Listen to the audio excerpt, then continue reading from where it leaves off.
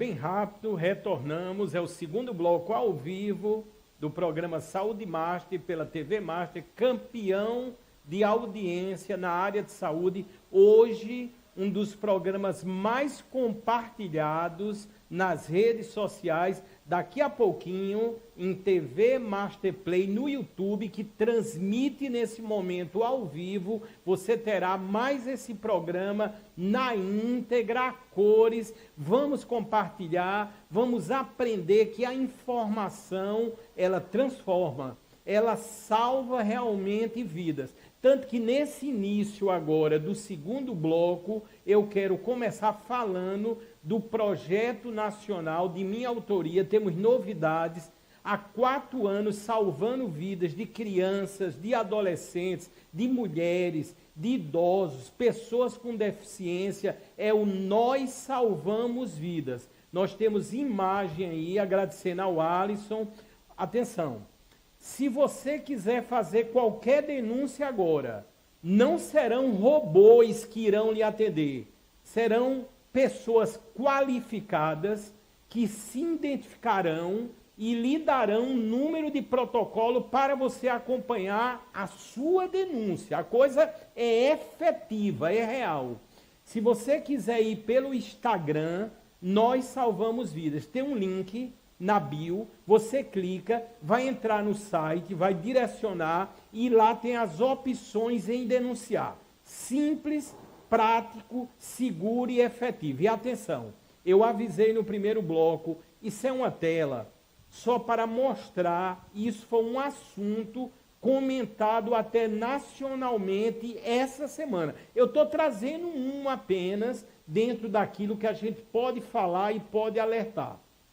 Olha o que diz essa tela. Eu coloquei até um layout do contato, do que pode se mostrar, obviamente, do contato que se teve no momento através do projeto que Nós Salvamos Vidas. O que diz o diálogo aí? O diálogo diz assim: de Portugal, uma brasileira pede socorro e faz a denúncia através do projeto Nós Salvamos Vidas, pois os filhos dela, os filhos, estavam sendo ameaçados de morte pelo pai.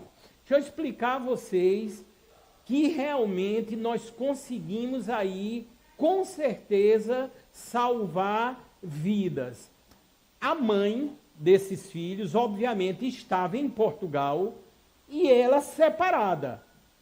Os filhos estavam no Brasil com o pai. E houve uma situação real, que eu não vou detalhar, obviamente, mas uma situação de ameaça de morte. Ela acionou Nós Salvamos Vidas e a partir daí, lógico, as pessoas acionaram as polícias ou a polícia e, graças a Deus, evitamos o pior e o cidadão lá foi preso. Aí é uma questão que cabe à justiça. O papel do projeto foi realizado. E isso acontece sistematicamente. Por isso eu posso dizer com toda exatidão, nós salvamos vidas. Uma das coisas que está ocorrendo muito com o início das aulas é o bullying. O bullying é crime e pode levar a consequências seríssimas. Portanto, se você sabe, pode ser o próprio adolescente, não tem problema, cada vez mais habituado com a tecnologia. Você vai, Nós Salvamos Vidas, denuncia. A mãe, o pai, o vizinho, não importa. Cabe às polícias e às autoridades averiguarem. A você há o compromisso de não se omitir, porque omissão é crime. Portanto, você pode denunciar também casos envolvendo crianças, adolescentes, ocorrendo muito, explodiram com o início das aulas os casos de bullying. O bom é que a própria criança, muitas vezes, de dentro lá da escola, está denunciando. E aí cabe às autoridades tomarem as devidas providências. Na sequência, eu acho que eu tenho mais uma imagem, creio, Alisson, já agradecendo Foi um momento de muita emoção na minha vida. Isso foi essa semana. O último certificado que faltava, o registro definitivo da marca no âmbito do INPI. Portanto, eu queria que Alisson, por favor, dividisse. Eu digo assim, muito emocionado, porque é uma luta. Há 4 anos eu comecei o Nós Salvamos Vidas. E sempre é muito difícil no Brasil você levar qualquer projeto. Mesmo você vê na efetividade, é difícil, porque há custos, tem que ter dedicação. Mas há 4 anos eu disse, eu vou em frente. Veio pandemia, aí foi que salvamos vidas, as pessoas em casa sofrendo violência e denunciando. Quando foi essa semana, isso é um processo demorado, mas é um processo que valida, que dá segurança, que dá credibilidade. Nós salvamos vidas agora, tem um registro definitivo. Eu posso dizer que para que todos possam usar, há 4 anos atrás, eu idealizei Nós Salvamos Vidas. Eu digo com muito orgulho, porque é a base hoje da minha vida, isso respalda o programa e as ações que eu procuro fazer no dia a dia. Agora, precisamos de ajuda, precisamos da escola, precisamos das universidades, precisamos dos pais, precisamos das empresas, para que possam adotar isso e ajudar também a salvar vidas. Está aí, nóssalvamosvidas.com.br, se for pelo Instagram, Nós Salvamos Vidas. Sensacional. Vamos começar o segundo bloco, estamos ao vivo, é uma estreia, já comuniquei no primeiro bloco, vamos ter fatos hoje exclusivos, eu tenho certeza, pesquisei muito e a meu lado a doutora Cecília Cavalcante. Doutora, muito obrigada, a senhora está no Saúde Mágica. Obrigada a você, Fábio, obrigada a vocês, telespectadores. É um prazer estar aqui, estar num programa de cunho nacional, né, com esse projeto tão lindo e que vai nos trazer tanta informação aos telespectadores no decorrer do sábado e durante a semana toda. Doutora, aqui a gente tem um lema da sinceridade. A doutora tem um instituto que leva o nome da doutora, né? Isso. Instituto Cecília Cavalcante. E essa semana eu estive lá, em loco, eu fui no instituto. Doutora, a estrutura, quando eu digo estrutura, eu estou me referindo também, vocês são inteligentes, à equipe, né, ao todo nessa história. Doutora, é de impressionar. A senhora está de parabéns. Eu tenho certeza que ali é toda uma sequência de um sonho que está na senhora e naqueles que comungam com esse ideal. Estou certo, doutora? Certíssimo. Bom, eu sou fonoaudióloga há 18 anos, atuando clinicamente, né? E ao longo desses anos eu vi que a demanda estava crescendo e eu precisava aumentar a quantidade de fonoaudiólogos, que é a minha área, a área que eu domino. Então, tenho grandes colaboradores comigo, uma equipe maravilhosa. E esse sonho cresceu no coração do meu esposo, que ele viu que não estava mais dando a estrutura que a gente tinha. E nós embarcamos juntos e, graças a Deus, estamos aí. Estamos doutora, eu fiquei muito contente. Isso é uma coisa natural, que eu vou dizer. Quando a gente vê tudo novinho, arrumadinho, aquela estrutura, ali está envolvido muita tecnologia, procedimentos, vamos dizer, até revolucionário, que nós vamos falar aqui, que a doutora tem certificação internacional. Doutora, que coisa linda, doutora. A pessoa, quando entra, já vai assim, já vai ficando melhor, porque a ambientação, ela tem toda uma fundamentação. Isso é a psicologia, não é isso, doutora? É verdade, é verdade. E nós visitamos várias clínicas, tanto aqui no Brasil quanto fora, para poder montar aquele projeto e fazer com que o paciente sinta-se acolhido e o cuidador sinta-se acolhido. Então, uma das minhas preocupações, quando iniciamos esse ano junto com aquela estrutura, né, aquele centro terapêutico, era justamente que as crianças não estranhassem. Tem criança que está comigo há mais de 8 anos. Então, eu atendia em um ambiente e ela, de repente, pós-festas, estaria em outro. E eu digo a você, assim, que foi surpreendente. Nenhuma criança estranhou, pelo contrário. As crianças já sabem que cada sala é um tema, já sabem que sala vão entrar, os pais estão se sentindo-se acolhidos.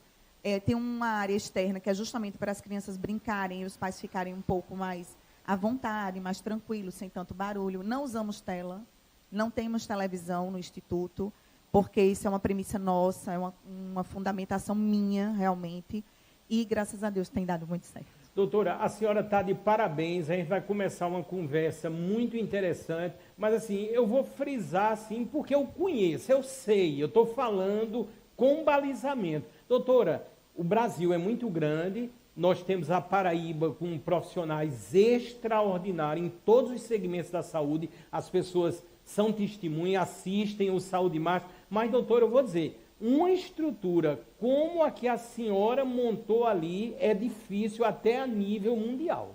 Eu estou sendo sincero com a senhora, porque é uma coisa impressionante e a senhora sabe muito bem do que eu estou falando. Aquilo é fruto de muito esforço, investimento. É bom que se diga, né, que isso é necessário, essa visão é uma visão que os profissionais têm que ter, não é verdade, doutora? É verdade. E, assim, eu sempre prezei pelo investimento, principalmente científico, né? Então, eu estudo muito, meus colaboradores estudam muito, todos têm um horário dentro da agenda, sem agenda, com a agenda trancada, para poder estudar, se dedicar aos cursos. E aquela estrutura foi muito pesquisada, muito planejada. Tivemos muitos profissionais por trás para poder oferecer o melhor para os nossos pacientes. E vamos começar, as pessoas estão ansiosas, a primeira tela já pode ser lançada, e é muito interessante, e várias pessoas podem precisar dos procedimentos baseado nessa informação que aparece agora. Atraso de linguagem e fala. Doutora, na minha pesquisa, a inteligência artificial também tem ajudado muito, eu observei que é muito mais comum isso do que o que as pessoas imaginam. Estou certo, doutora? Certíssimo. E aí, doutora? E, assim, o atraso de linguagem, ele é um diagnóstico. O atraso de fala, ele é um sintoma. Tá? Então, quando a criança ela apresenta um atraso de fala, uma fala que não é compatível com aquela idade, realmente é um sinal e é preocupante para a gente poder avaliar, aplicar protocolos e identificar quais são os motivos, qual é o diagnóstico que leva aquela criança a ter aquele atraso de fala. Eu até comentei ontem com uma profissional do quão era mais difícil a gente receber esses pacientes.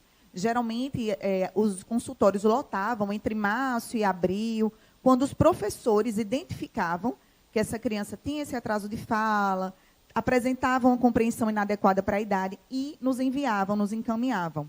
Hoje, os pediatras e os neuropediatras têm tido cada vez mais consciência em relação a encaminhar precocemente, e os próprios pais e cuidadores. Então, eu observo que estamos recebendo crianças cada vez mais novas, com 1 ano e meio, 1 ano e 4 meses, onde os pais observam que essas crianças não compreendem, não fazem um segmento de ordem simples, do tipo, vá pegar a sua chupeta, jogue essa fralda no lixo. Coisas que a criança, desde bebezinho, vai vendo o que vai acontecendo. Rotina, ordem simples, manejo de comportamentos, do tipo, observar aquilo ali, como está acontecendo, rotina física do dia a dia. Pegar uma toalha, a criança já associar um banho. Então, esses atrasos têm trazido muitos pacientes cada vez mais novos, principalmente pós-pandemia. Sensacional. Doutora, vamos nos aprofundar. Eu já notei, já observei, a senhora é muito inteligente. Doutora, vê mesmo. Eu não tenho filhos, mas adoro crianças, pelo amor de Deus, sou louco por crianças. Eu acho que a criança tem um magnetismo porque ela vê as ações do bem nas pessoas, né?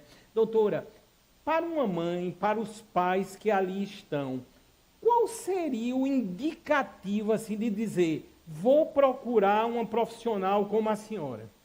Olha, uma criança que tem entre 18 e 24 meses, entre 1 ano e meio e 2 anos, que não começa a formar frasezinhas do tipo, dá água, quer mamãe, tchau papai, vovó chegou, são crianças com sinais de que precisam de um acompanhamento fonoaudiológico.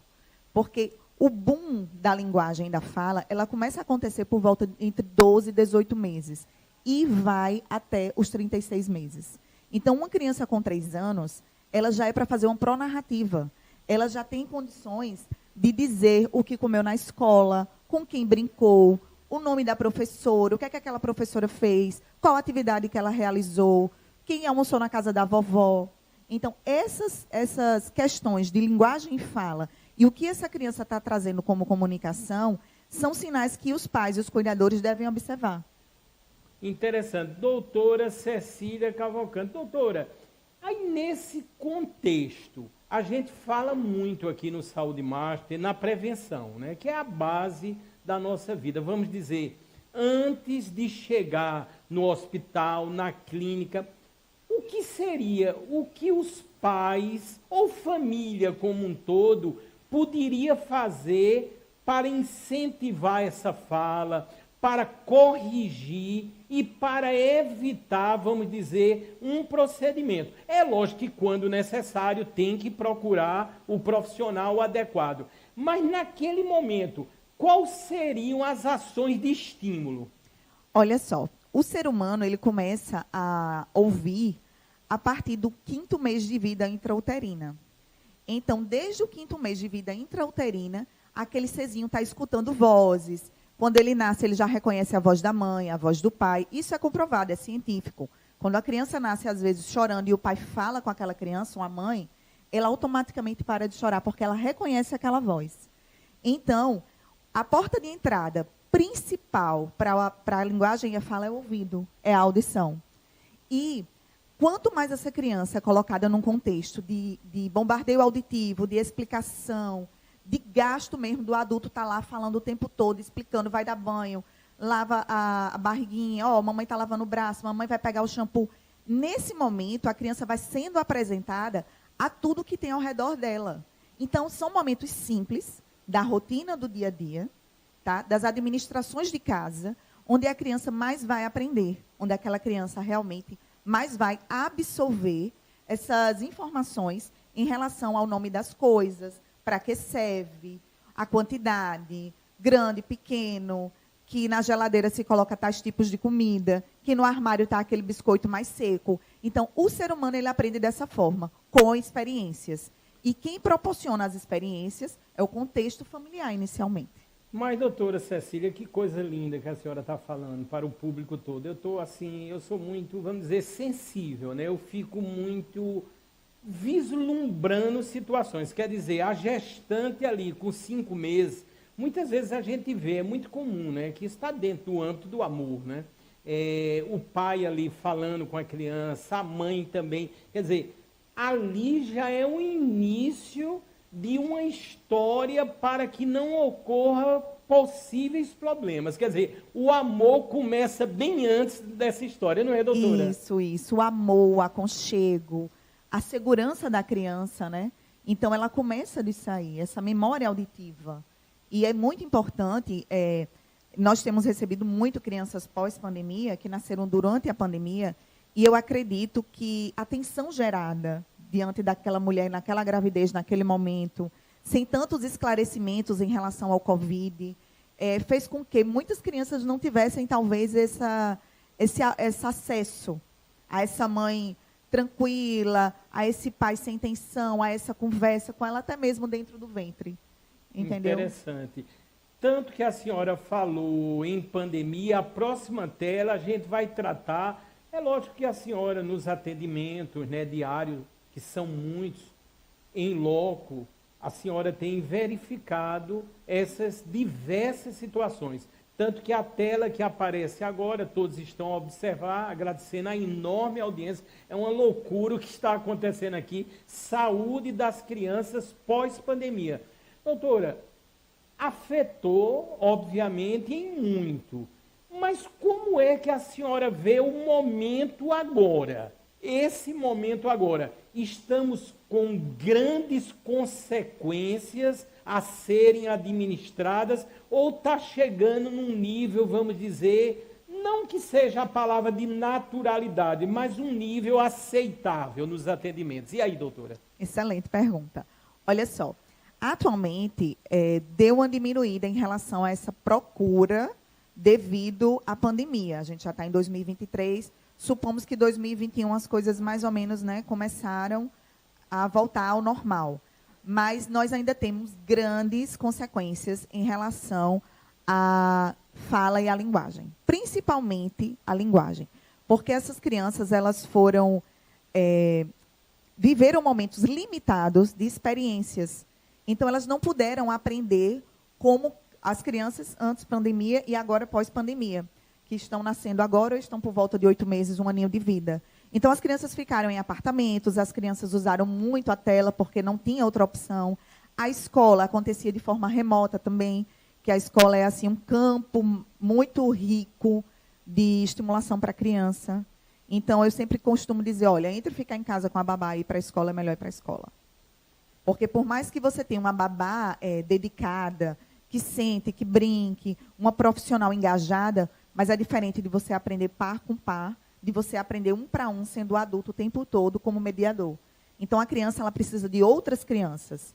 E como nós temos cada vez casais com menos filhos, ou um tempo maior entre um filho e outro, essa criança ela fica única. Muitas vezes, dentro do corpo familiar, aquela criança só é ela pequena. Então, ela é o centro de atenção de muitos adultos, mas ela não aprende. Porque criança precisa de criança para aprender. E essas crianças elas passaram por todas essas limitações. E realmente tivemos grandes impactos nas questões de aprendizagens, questões, a parte pedagógica, cognitiva, formação de pensamento e a elaboração da fala também.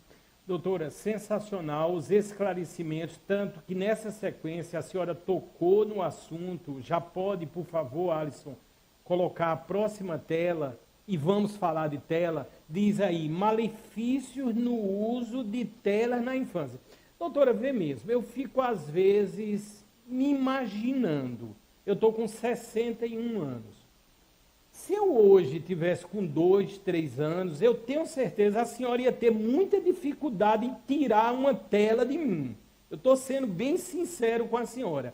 É lógico, a senhora já falou que as telas, elas representam, creio que durante uma fase, a senhora vai explicar, um grande até malefício. Eu estou até vendo, me lembrei agora, até porque o robô que a gente mostra aqui, que eu represento, está trabalhando até na novela Travessia, né, da Glória Pérez na Rede Globo. E, doutora, a gente está vendo uma situação que um adolescente está entrando praticamente num estágio de quase que loucura devido ao uso excessivo de telas, de jogos. Tanto quando a gente trabalha, que é o caso da senhora e do instituto que leva o nome da senhora, trabalha nessa fundamentação desde o início, é o correto, né? É. E aí, doutora, como é que vai fazer? Sabe por quê? Eu noto que muitas vezes a criança ali que está chorando, vamos dizer, em outra ambientação, quando o pai ou os pais dão a tela, a criança já para. E isso já é um grande alívio em alguns momentos. Doutora, é complexo, né, doutora? E aí, doutora? É bem complexo. É como se fosse uma chupeta, né? Um alívio, Verdade. Um acalento. Mas, assim, o uso da tela hoje, eu não vou ser polêmica, mas o uso da tela hoje, ela é impossível você não fazer esse uso. Porque ela passou a ser como o relógio, né? Como uma gravata para o homem, como um sapato ou um acessório para a mulher. Então, é difícil você tirar da criança uma coisa que ela nasceu e é criada usando, vendo todo mundo usar, vendo os adultos fazerem uso de tudo isso e daquele aparelho o tempo todo.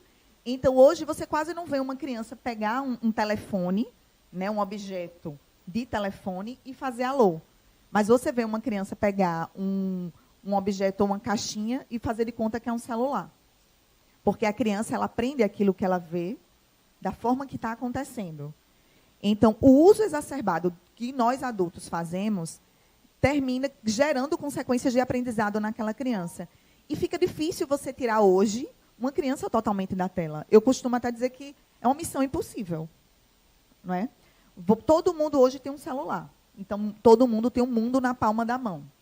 E é difícil você fazer com que aquela criança, é até injusto, né? Muitas vezes o pai ou a babá está usando e aquela criança pedir e você não dá. Então, para você poder cobrar de uma criança que ela não faça uso, você também não pode fazer o uso na frente dela. Não é?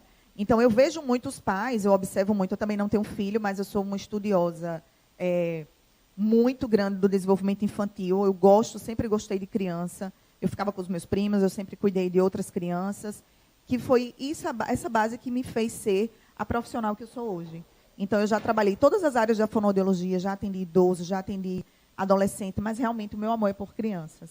E eu observo que, muitas vezes, a criança ela é dita, vá brincar, mas o pai está lá, no celular, olhando Instagram, resolvendo problemas, trabalhando, e aquela criança está sozinha. Então, o exemplo, ele arrasta.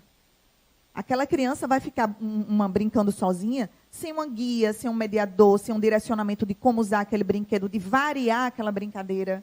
E eu tenho recebido muitas crianças com esse repertório pobre de brincar. Crianças que só brincam com os mesmos brinquedos, que só fazem o mesmo tipo de brincadeira. E isso é preocupante. Porque o ser humano, ele nasceu para variar. A criatividade, ele veio com a gente. Deus deu isso. A partir da criatividade que ele teve, eu creio, de fazer o mundo todo como ele é, tão diverso. Então, ele nos deu esse dom de ser criativo em várias habilidades, em várias áreas.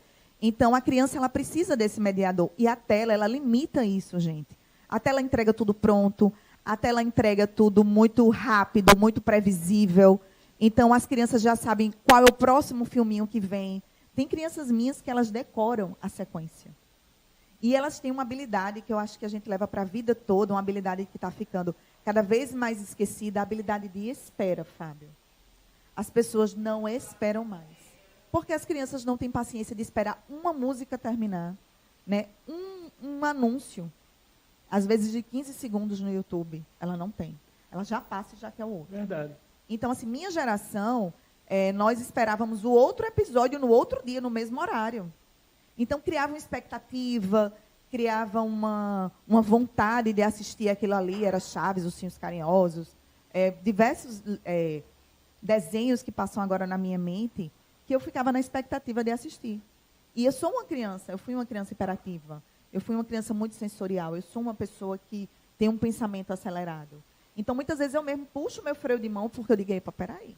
Então, as pessoas não esperam mais e a gente está criando crianças sem esperar, que vão ser adolescentes sem tolerância, para esperar uma pessoa, esperar um professor falar, esperar uma aula terminar, né? E adultos, mais ainda, sem tolerância, que é o que nos preocupa.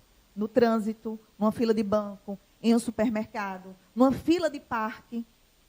Então, as crianças não esperam mais. E a tela, ela produz essa sensação de serotonina, aquela serotonina sem fim de que vai acabar. Aí chega o vazio, porque o cérebro acelera e você não consegue dar conta. Sensacional. Doutora Cecília Cavalcante, no mesmo contexto, vamos pensar em tela zero.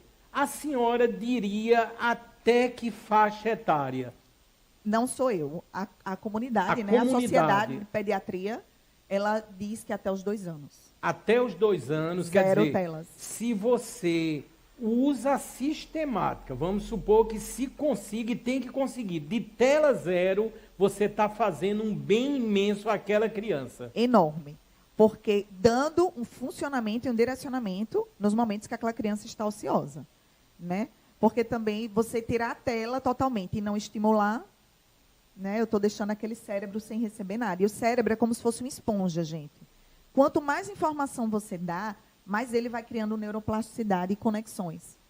Então, assim, nós precisamos estar o tempo todo estimulando o nosso cérebro, que essa neuroplasticidade ela acontece até a morte. Claro que tem um boom enorme quando nós somos crianças. Então, a gente fala assim que o boom da neuroplasticidade, ele está na poda neural, que é justamente de 0 a 4, 5 anos. Após isso, essa neuroplasticidade continua. Mas após os 12, 15 anos, ela vem cada vez em menos velocidade.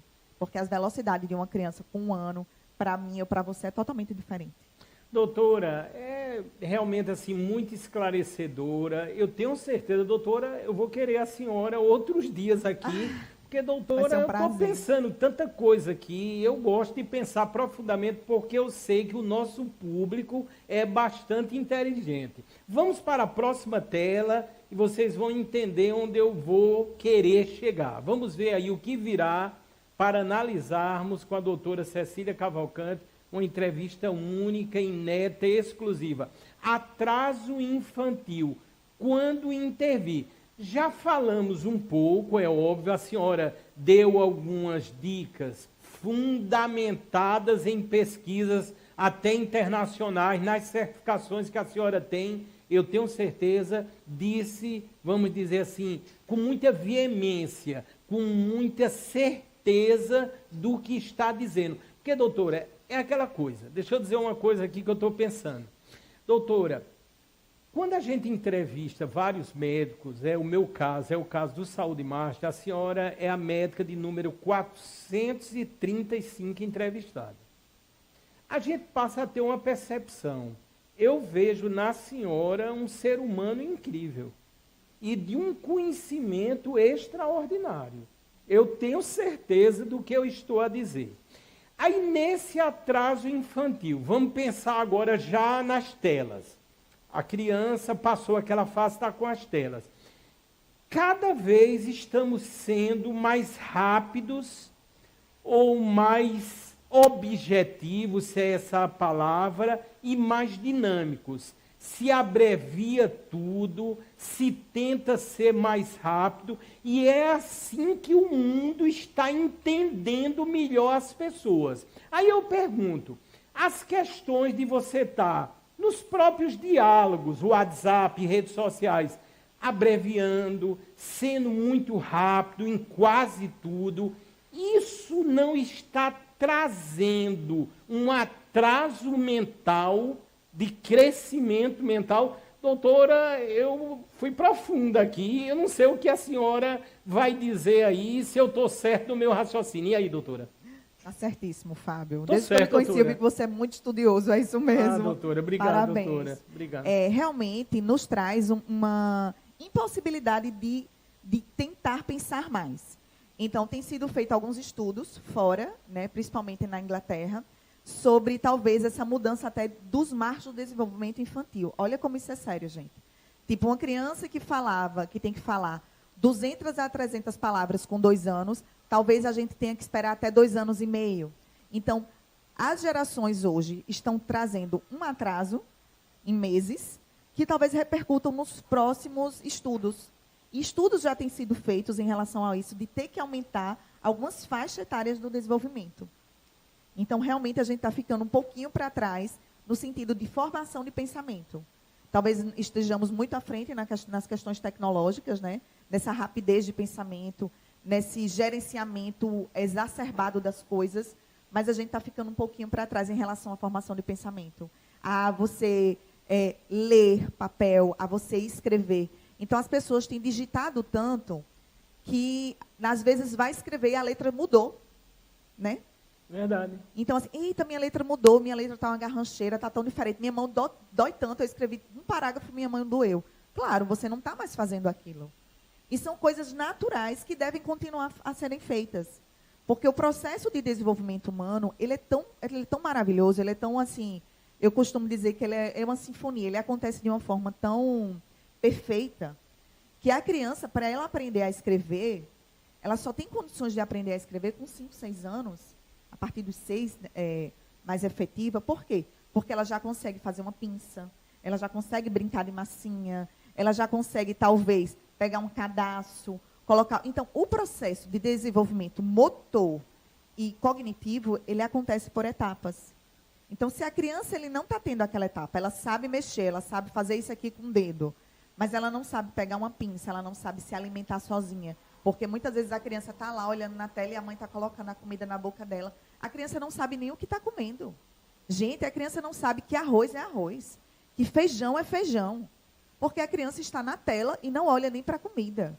A criança não faz esse movimento, que depois vai ser um movimento necessário para a escrita. Ele é precursor de um movimento de escrita. Então, as coisas são muito engajadas. Então, uma habilidade depende da outra. E eu, assim, como analista comportamental também, eu digo que esse pensamento acelerado e essa forma de abreviar tudo justifica tanta ansiedade que nós estamos encontrando nas pessoas. Verdade. Mas, doutora, assim, é um pensamento assim, de uma amplitude.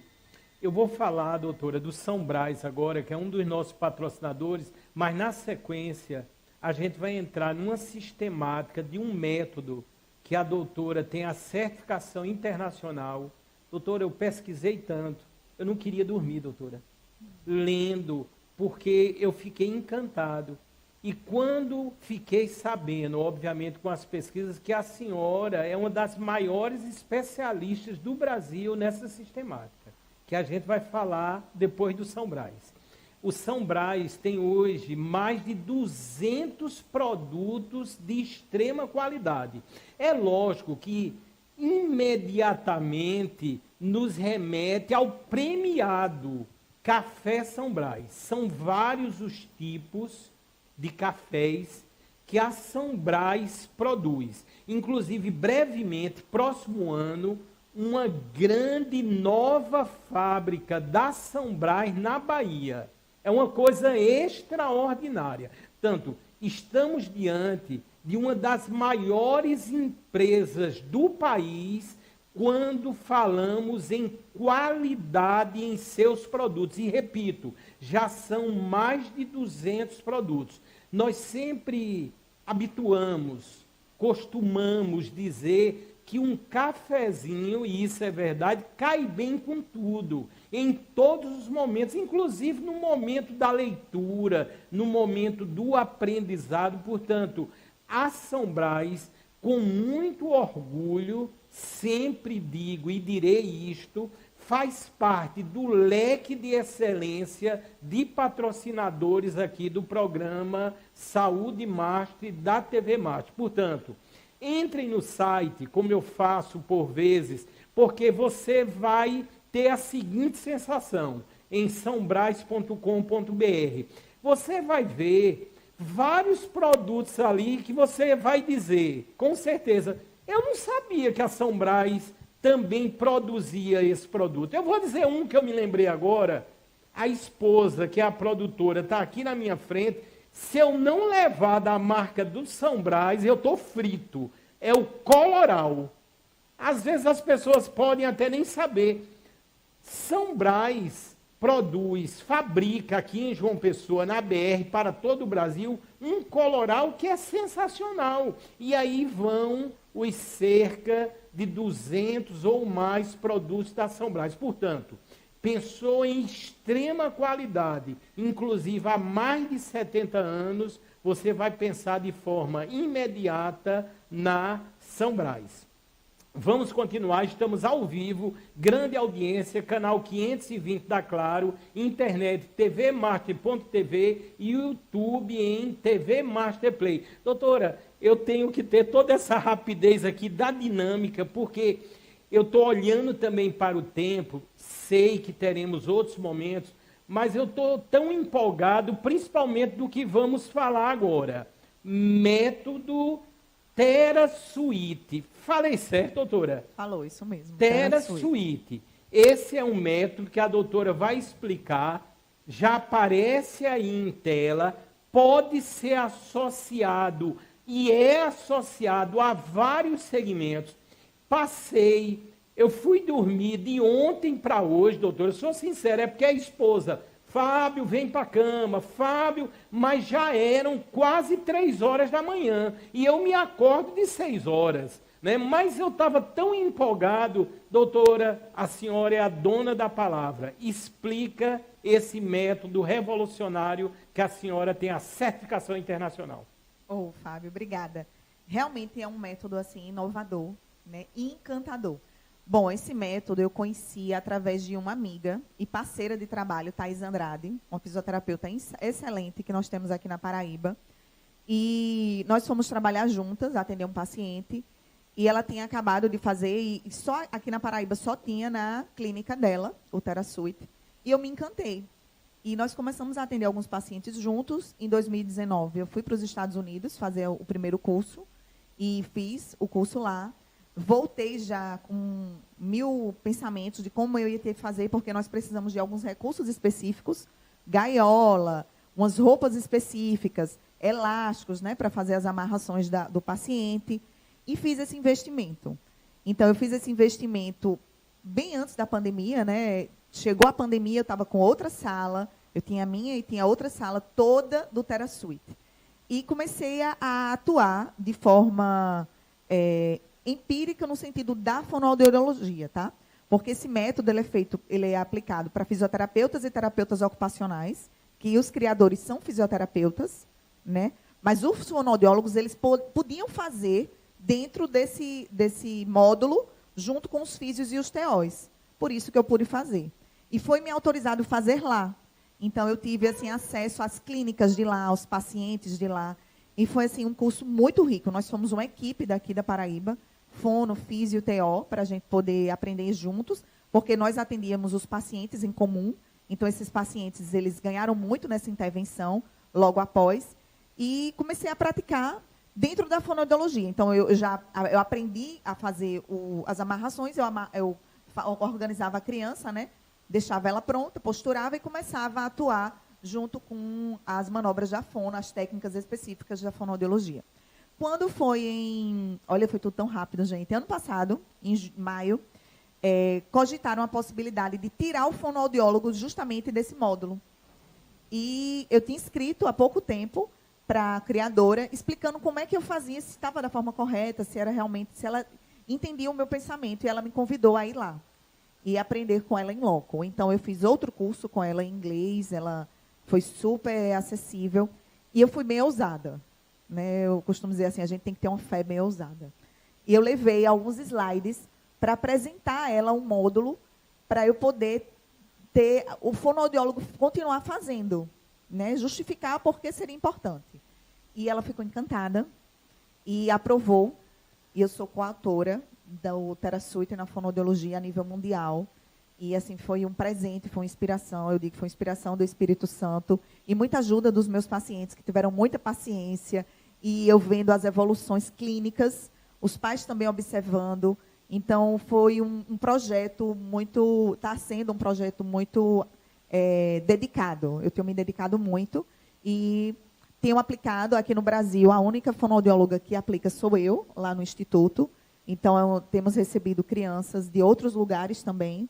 E associado sempre às manobras e às técnicas da fonoaudiologia, as crianças com diversos diagnósticos e com diversas características, elas são muito...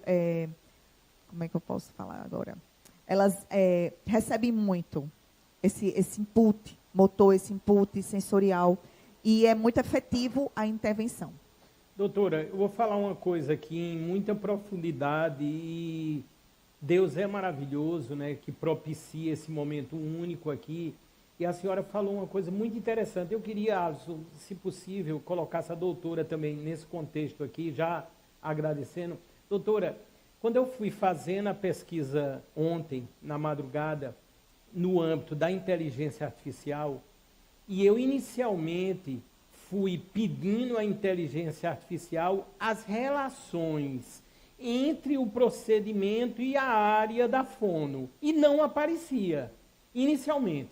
Aí, lógico, aí a gente vai para uma pesquisa mais apurada, onde mostra e comprova toda a ligação que a senhora fala agora. Tanto, quando a senhora diz com muita exatidão que ficou demasiadamente contente, alegre, eu estou, o público também está, porque, tipo, eu entendi assim, queriam tirar a fono daquela sistemática, mas está comprovado, eu estudei, que a fono, ela tem o seu papel, inclusive, integrado ao sistema. Doutora, e aí, doutora? Certíssimo, Fábio. Estudou muito, parabéns. Obrigado, doutora. Exatamente. O fonoaudiólogo, ele precisa que aquela criança esteja integrada, que ele integre um sentar, que ele integre uma posição de braço, que ele entenda o comando que eu estou fazendo, então, que ele escute, que ele compreenda, que ele olhe para onde ele está brincando. Então, essa integração, que nós temos muita ajuda do terapeuta ocupacional e do fisioterapeuta também, isso é uma tríade, né? Nós trabalhamos juntos, mas o fonoaudiólogo, ele precisa organizar. Então, tem outros métodos, que eu também tenho as certificações, que eles nos possibilitam isso, métodos antigos, comprovados, maravilhosos, mas o TheraSuite, ele é inovador. Né? Ele proporciona que a criança seja favorecida com a organização postural e sensorial e que o fonoaudiólogo fique livre só para estimular aquela criança. Então, além da gente nós ficarmos olho com aquela criança ela pode ser atendida sentada, pode ser atendida pulando, pode ser atendida em pé, mas ela está bem posturada, ela está organizada sensorialmente, então eu vou ter muito mais ganhos cognitivos dela. Minha terapia vai ser muito mais efetiva. Então, os treinos motores de fala, que eu desenvolvi, o intensivo de fala no TeraSuite, o IFT, ele proporciona à criança mais aprendizado, porque a fala é motor. Então, acontece muito desses transtornos motores de fala, que tem chegado muito para a gente, são crianças que tiveram poucas experiências motoras e sensoriais. Crianças que não sobem bem, que não descem escada com segurança, que têm inseguranças gravitacionais, que andam na ponta do pé, que têm uma postura diferente no andar, que têm medo de uma rede, de uma cadeira de balanço. Então, essa visão de uma criança que tem essas dificuldades, através do TeraSuite, vai trazer para nós, fonoaudiólogos, mais atuação. E essa criança sempre vai ser mais favorecida. Eu digo essa criança, mas qualquer idade, tá, gente? A partir dos 6 meses, até um adulto que teve um AVC, um idoso que tem alguns problemas, que precisam de trabalhar fala, a parte da disfagia, ele é favorecido com o TeraSuite. Doutora, outra coisa sensacional, quando eu fui estudar o método que a senhora, logicamente, do Instituto, que leva o nome da senhora, com muita propriedade e excelência, né, o Cecília Cavalcante, doutora, fala muito na criança com paralisia cerebral. Essa foi a primeira indicação do método? Foi sim. O método ele foi criado por um casal polonês, que tem uma filha com paralisia cerebral, eles dois fisioterapeutas, estudiosos, professores da faculdade, lá na Polônia. Então, eles foram aos Estados Unidos, junto com a NASA, porque, inicialmente, os astronautas, eles chegavam com muita insegurança gravitacionais. Então, eles chegavam sem massa muscular, eles não conseguiam se movimentar de forma adequada, deglutir de forma adequada, falar. Então, isso foi um trabalho que vem sendo feito desde a década de 60, né, por um tcheco e por um americano. Então, tinha essa briga, né, entre esses dois países em relação a essa inovação tecnológica por causa dos astronautas que eles também tinham, né, desse desenvolvimento, dessa tecnologia de a Lua, como é que essas pessoas chegavam. Então, muito estudo foi feito. Quando eles souberam disso, eles foram lá e eles voltaram para a Polônia, tiveram contato também com o tcheco, e eles começaram a fazer e criaram o TeraSuite para essa filha, que hoje tem 35 anos e é quem administra a empresa. Doutora, isso é uma coisa belíssima, isso é um assunto... Doutora, deixa eu dizer outra coisa, eu vou revelar para o público aqui, e a doutora tocou nesse assunto, foi motivo também da minha pesquisa. Eu passei 27 anos dando aula de física, né? Física, informática e robótica, mas de física mais precisamente. Doutora, aqui na minha cabeça, a física inteira, eu me refiro à mecânica, termologia, ótica e ondas, eletricidade e magnetismo. A física inteira, que eu dei muitas aulas aos anos do ensino médio, tem no total 376 fórmulas. Eu sei todas elas aqui. Se fossem para dizer, eu diria todas elas. E eu ontem olhei muito esse método pelo lado físico. E aí é onde entra todo o efeito gravitacional no processo de recuperação. Doutora, exatamente. Sensacional. Sensacional. Quando entrou a física na história, eu disse, a doutora é espetacular. E ela está no Saúde Marte. Doutora, e aí, doutora? É verdade, Fábio. Então, assim, a física mecânica, né, que nós vamos usar, o suíte, que é a roupa, e as amarrações com elástico para poder organizar aquela criança e promover habilidades motoras que aquela criança, por uma limitação neurológica, não está fazendo, faz com que novas áreas do cérebro comecem a executar de tanto estímulo, por isso que o treino ele é efetivo, ele tem que acontecer muitas vezes todos os dias dentro de um protocolo. Algumas crianças são submetidas a um protocolo de fisioterapia de 3 semanas, 3 horas por dia. E aquela criança começa a fazer uma transferência motora melhor, a sentar melhor, a trocar passinhos e a andar. Então, essa física, essa estrutura mecânica, junto com a estrutura elétrica, que vai formar os novos neurônios, as novas conexões, é uma descoberta assim, sensacional. Por isso que eu digo que o TeraSuite ele é muito inovador. Porque ele traz de coisas arcaicas, que a gente já veio com essa carcaça, esse arcabouço, essa possibilidade, mas ele nos traz como chegar àquilo ali, né? Como fazer novas sinapses, como promover novos planejamentos e execuções motoras. E fala em motor, por isso que está totalmente ligado à fonoaudiologia. deglutição é motor, mastigação é motor. Então, precisamos realmente desse aparato para poder promover. Doutora Cecília Cavalcante, sensacional. Doutora, uma curiosidade, a senhora é paraibana? Sou nascida aqui, graças a Deus. Nascida aqui. Aonde a senhora estudou, assim, a época escolar? Só para ver se tem alguma identidade, que eu dei aula em muitos colégios, só para eu ter uma noção. Eu estudei no GEL. No GEL, cheguei a dar aula no GEL, quando ali na Rui Carneiro, que a gente subia ali aquelas escadas que ia lá para cima. É isso mesmo, eu estudei no GEL. Estudei no Pio 12. Não dei aula no Pio 12. E Unip. Unip, aí já foi a nível de universidade, né? Mas, doutora, sensacional. Foi a época, eu peguei a época do GEL, a senhora é mais nova, eu peguei a época do GEL de Carlos Barbosa, que geriu durante um certo tempo, que hoje é um dos donos, um abraço aí para Carlos, é um dos donos do Motiva, Isso. Que é um grande colégio. Doutora, a gente está chegando quase no final, e eu vou ter que dizer algumas coisas. Eu fiquei, como eu disse, muito encantado e assim, eu estou até emocionado, porque a senhora é uma grande profissional. Obrigada. Fábio. Entendeu? Quando eu vejo o trabalho com as crianças que a senhora faz ali no Instituto e poder trazer para o programa, eu fiquei assim, maravilhado. Eu quero, assim, as palavras finais da senhora, pode dizer o Instituto, aonde fica, como encontra, e eu só tenho que agradecer. Obrigada. Realmente o tempo foi bem curto, passou rápido. Passou rápido. Doutor. Eu estava receosa, eu digo, meu Deus, 1 hora é tanto tempo, mas assim, passou muito rápido. É muito agradável estar aqui, muito obrigada. Você, assim, quando você chegou no Instituto, eu fiquei muito feliz com a sua presença, com a sua forma de ver o mundo, e com os projetos que você tem. Fiquei muito feliz mesmo em ter pessoas aqui como você. E nós da Paraíba podermos levantar essas bandeiras, né, em prol ao cuidado do outro, a prevenção e principalmente a atuação clínica.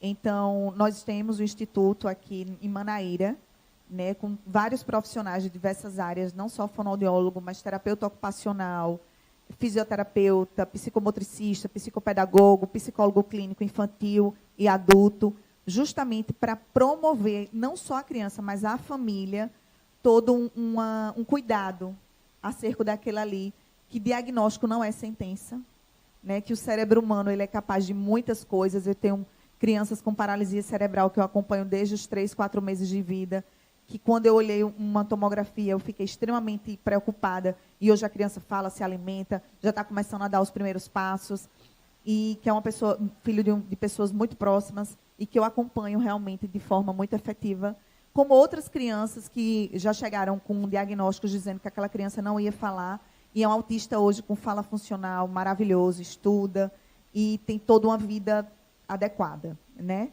dentro do que se espera.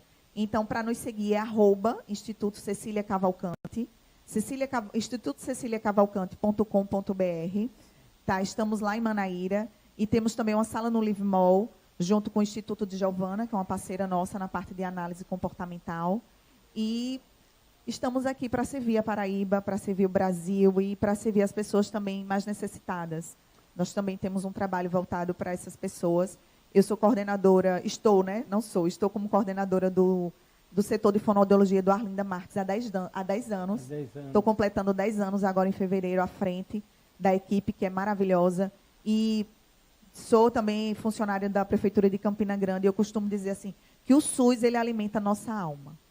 Verdade, né? Porque a gente lidar com várias realidades é o que faz com que a gente seja um ser humano criativo e humano, de verdade.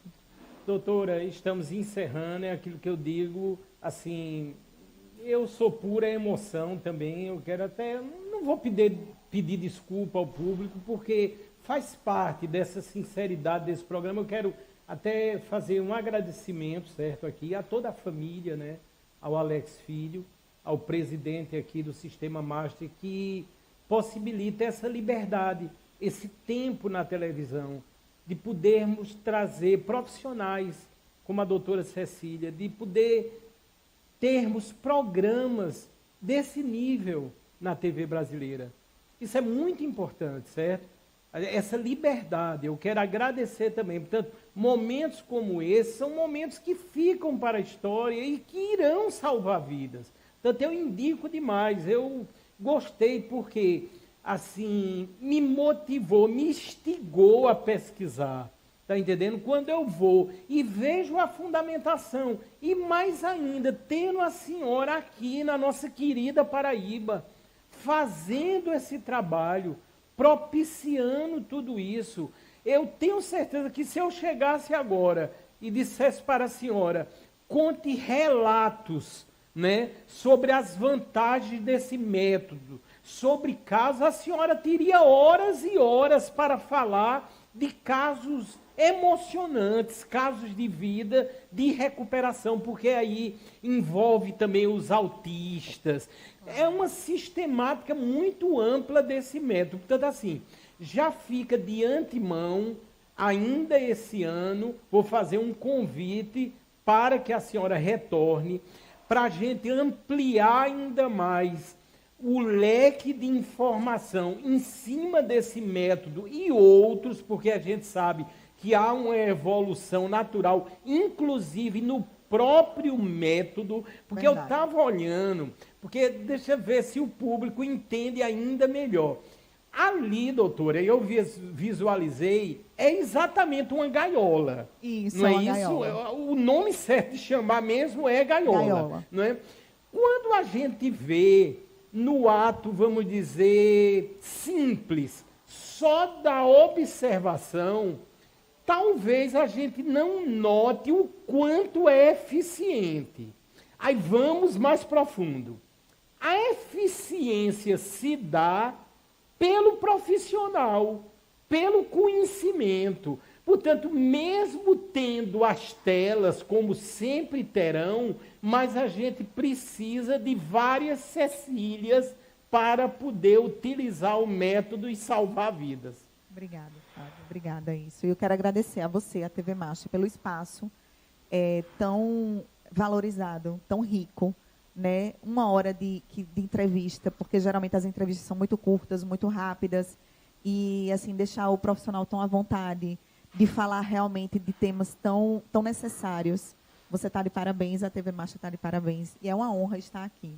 Realmente, não é só o que tem que ser feito, é quem vai fazer. É muito importante saber quem vai fazer e como vai fazer. Muda o como tem que ser feito. Muito obrigado, doutora Cecília Cavalcante, do Instituto Cecília Cavalcante. Estamos encerrando mais um programa Saúde Master. Daqui a pouquinho, TV Master Play, vamos começar a compartilhar mais essas entrevistas, porque tivemos outro momento único e exclusivo no programa Saúde Master. Fiquem com Deus e as próximas edições, já estou indo para casa começar a estudar. Será sensacional. Muito obrigado.